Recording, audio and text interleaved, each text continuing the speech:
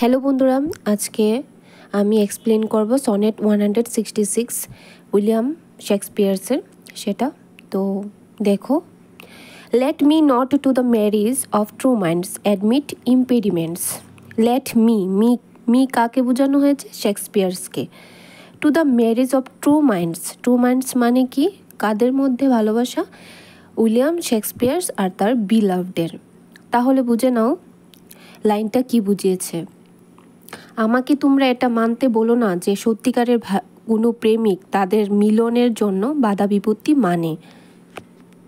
মানে কোনো প্রেমিক প্রেমিকাই সত্যিকারের ভালোবাসা মিলনের জন্য বাধা বিপত্তি মানে না, সেটা এখানে বোঝানো হয়েছে।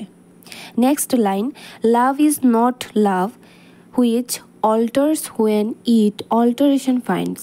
ভালোবাসা শুধু ভালোবাসাই নয় যে ভালো অপশান পেলেই সেটা পাল্টে যাবে। ঠিক আছে, তো ভালো অপশান পেলেই যদি ভালোবাসা পাল্টে যায় তাহলে সেটাকে সত্যিকারের ভালোবাসা ধরা হয় না। Next line, or bands with the remover to remove. ভালোবাসা কোনো বিরোধীর সামনে ঝুঁকে পড়ে না।